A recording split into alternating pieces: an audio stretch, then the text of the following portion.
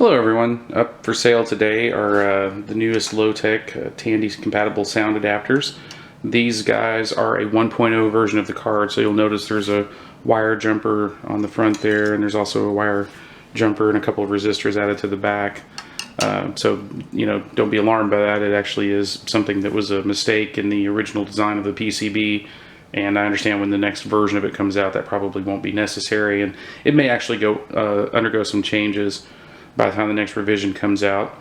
But I wanted to just make this video for anyone who's looking to purchase one of these cards, just so they can understand a little bit more about how it behaves and really what it is. So the Tandy originally used a sound chip that was not really ever available on the PC. It's the same chip that was in the Sega Master System and a few other old arcade games and things like that. It's the, I believe, the SN76489A chip. It's actually this chip right here, which is doing all the work. The rest of it's really for address selecting and then a small amplifier with an input, but I'll get to that here in a minute. So, unfortunately, while the card does work, there really was never such a sound card for the PC, and as a result of that, there's some characteristics of this card that you must be aware of when purchasing it, just so that you know kind of what you're getting yourself into. And I'll show you in a minute. I'm going to plug it into a machine I have over here and show you how it works. But one of the first things to note is that as soon as the machine comes on, the sound chip immediately starts making noise. And the reason that happens is that the Tandy itself had a small routine in the machine's BIOS which would turn the sound chip off and shut off the registers. And since we're using it in just a regular PC or a clone, it doesn't do that. The other thing to note is that the port that the Tandy used, port 0C0 by default, was reserved on the original IBM 5150 PC for other use. Although I haven't tested it in a 5150, I have tested it in a 5170. It does work in there, but just be aware that there are potentials for port conflicts. There's a forum on the vcfed.org, which is the Vintage Computer Federation, and some people have talked about how it interferes with serial ports and other things like that. So just be aware that this card really wasn't ever meant to exist, in the sense that really no regular PC used this, and this would effectively give you what's called Tandy sound. Now, anyone that owned an old Tandy 1000 back in the day will be very familiar with the way this guy sounds. And while generally a Sound Blaster or any other card is probably going to give you better response on a PC, there are a lot of people that are looking to get that Tandy sound from their PC, and this card will do it. One other thing to mention that's kind of note is that certain applications, like in my case, I have a VGA board in my machine, but some of the times when you tell it you've got a Tandy, well, the original Tandy 1000s didn't have VGA, and trying to set certain games to use the Tandy sound card as well as VGA was problematic. So I guess the point is, this card is really not just meant to be a mass-produced card. It's really meant more for someone who wants to play around with it, a hobbyist and what have you. There are two other ports available on the card as well. You can set it to 0C0, which was the original setting, port 1C0, and also port 2C0. The issue with that is a lot of the games that look for the sound card expect it to be on port 0C0, and as a result of that, you may not be able to get it to work without doing some other things. And certainly encourage you to go, if you're interested in more about this, to the Vintage Computer Federation's forum. And there's a thread out there that's about 52 pages long now, where people are talking about the various trials and tribulations that they've had with this card. And it actually works fairly well. The machine that I'm testing it in today is a Packard Bell 8088 machine, probably from about 1988-89. And it's the one I use for a lot of my testing, and it generally works fairly well. For most things, and it's not causing any conflicts there. And also I tried it in, like I said, a 286, an IBM 5170, and I also tried it in a clone 486, and it worked in there. But be aware, it may or may not work in your machine for a number of reasons. But if you've got a couple of machines to play around with and you're a hobbyist like me, you can probably find something that it's going to work in. So without further ado, I'm going to stop the video here and put it in the machine and just kind of show you some of the behavior of it. Actually, before I do that, let me show you one other thing here. There's an input port that was designed by James Pierce, the original designer of this card, and I have personally found that not to work very well. One of the modifications that was recommended was on the back to put a 33 ohm resistor between the input pin and power, and unfortunately what I found was that it just adds a lot of noise to the machine.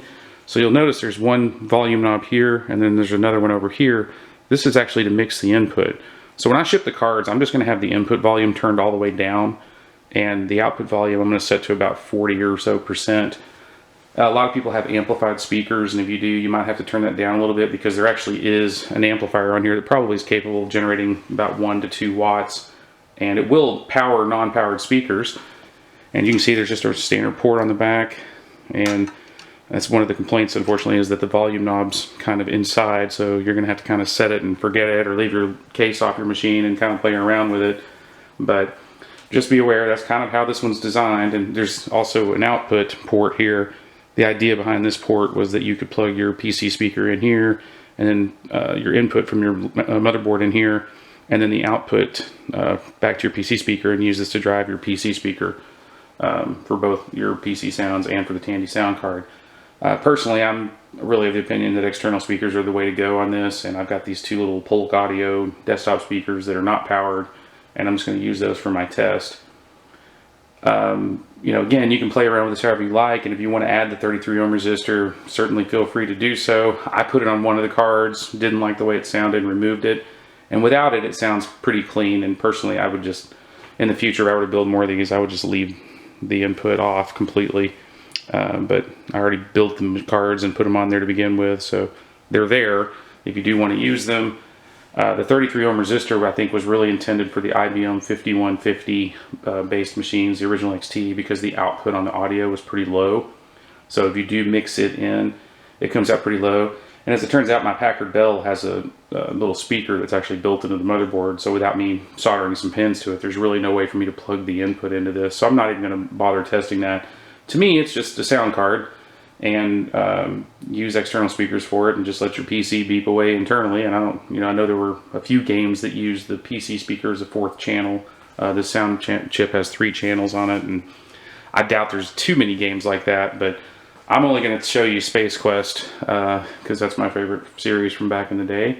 And that one's actually a pretty easy one to run, because you can just do Space Quest -T, and it'll force Tandy sound and still work in EGA and look pretty decent. So, you know, again, results may vary for different games. Some of them are going to let you make the setting changes no problem. Some of them are going to be a little bit more problematic. So just be aware that this card is kind of what it is, and it was never meant to be a mass production card. And as far as I know, except for some hobbyist cards, there was never really, quote, a Tandy sound card for the PC. So this is kind of a unique beast. But if you want to play around with it and get some old Tandy sound from your old XT, this is definitely the card for you to take a look at. So I'm going to stop now, and I'm going to change the camera position over, and I'm going to plug it into the machine and show you what it does. Okay, here's my Packard Bell. It's actually got the case off at the moment, and you can see my 2 little Polk Audio speakers. The sound card's plugged in here. Just as a shameless plug, here's the low-tech compact flash adapter, which I just have a small adapter plugged in there with a compact flash card, and that's actually what I'm going to be booting off of.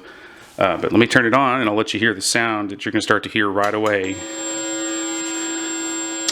So, and that's what I was talking about before, where the registers come up on the sound chip uninitialized. But somebody out on the Vintage Computer Forum wrote a nice utility called Sound Off.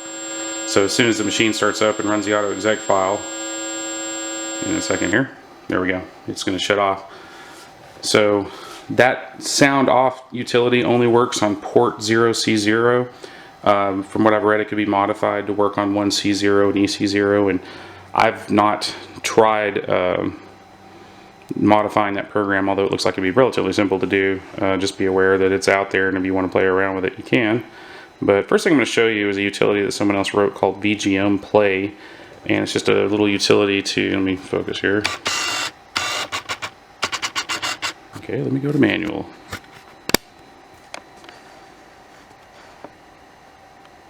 There we go.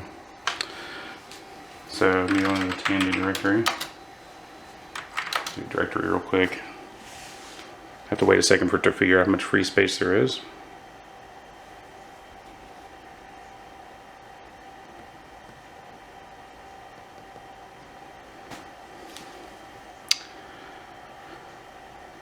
Let me zoom in a little more while it's calculating. Okay, so you can see there's that Sound Off utility, the assembly for it. The program itself is really short, it's only 16 bytes. And all that does is goes into port 0C0 and shuts off the registers on the chip so that it quiets down. You can actually run, just say like a program that uses the sound card, and as soon as the program exits, the chip will be quiet because it's going to shut the registers down, or VGM Play will also shut it down. But that utility is actually pretty handy if you're using port 0C0.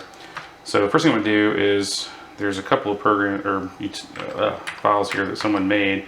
I'm actually not certain what the source of these are, but this is just kind of give you an idea what the sound card sounds like.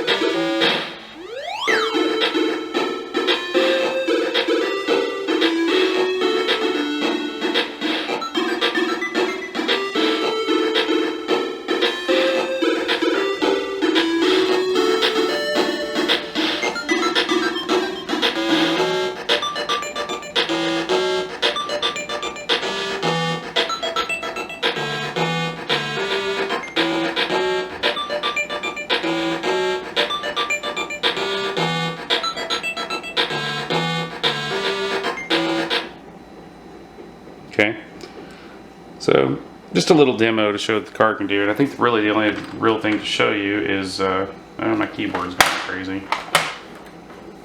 Well, for some reason, VGM Play is actually causing a problem with my keyboard on this machine. It didn't do that the first time I tried it, but it's doing it now. But whatever the case, I don't want to spend too much time on this. Just be aware, like I said, this thing can interfere with certain machines, and this unfortunately seems to be one of them. But let me go ahead and run Space Quest just to show you what it can do.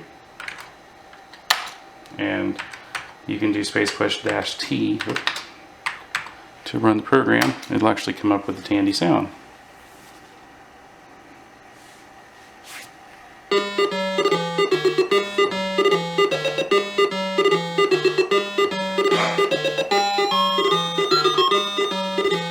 Okay, sorry I had to reboot and start over again there. My battery died on my camera, but I'm going to go ahead and try this one more time. I'm going to go into Games, Space Quest 1, and then you just see Space Quest -T for Tandy, and off she goes.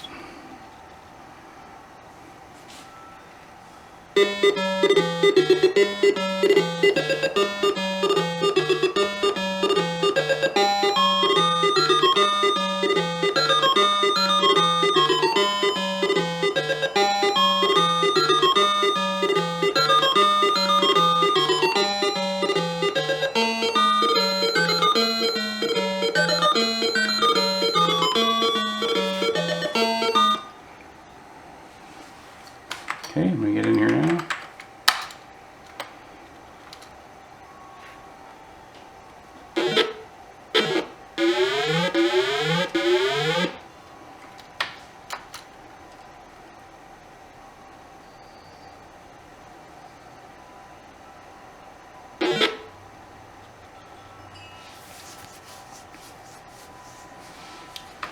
But anyway, as you can see, I'm not going to play the whole game here. I'm sure you can find that online if you'd like. But it does actually work with a lot of the older Sierra games, and I've tested it with several other games, and it works pretty well. Like I said, some of them do complain about the fact that, you know, you're basically telling the program that your machine is a Tandy to get the Tandy sound to work, but then it assumes VGA is not going to work and some other things aren't going to work because it's trying to use graphics modes. And there's a number of different utilities, if you read through the vintage computer forum, that people have come up with to try to get around that problem. And there's some other crafty ways that, you know, people have done that. But it's suffice it to say that this machine, or this card, is really meant for people who want to experiment with it and actually try to, you know, get it to work and test it out. And just be aware it's not 100%. There's certain things you're just going to have to deal with, or you may just want to unplug the speakers when you're booting up if you're putting it on a different port. I know some of the later model Tandys used a different port, and I think that's what the 1CO or the 2CO setting is for, so you can play around with the jumpers on that. But this game in particular expects you to be using an older Tandy, so when you force Tandy sound, if it's not on port 0C0, it's not going to make any sound. But anyway, I think that's about all I really have to say about it. I'll have a little bit more in the description on the... Okay, my battery died again, so I'm trying this one more time. So anyway, just read through the description of the item. I'm going to cut this short because it's not working very long, but thanks for taking a look, and be sure to look and see what other low-tech cards we have for sale. Right now we have the 2 meg EMS card as well as the low-tech compact flash adapters, and we also have a couple of the MPU 401 adapter cards. I think it's the IPCB card or IFCB card, I forget what it is, but sold a few of those now and gotten good feedback on them, so they're working as well. Anyway, thanks a lot for watching, and any questions, please feel free to ask me on eBay. Take care.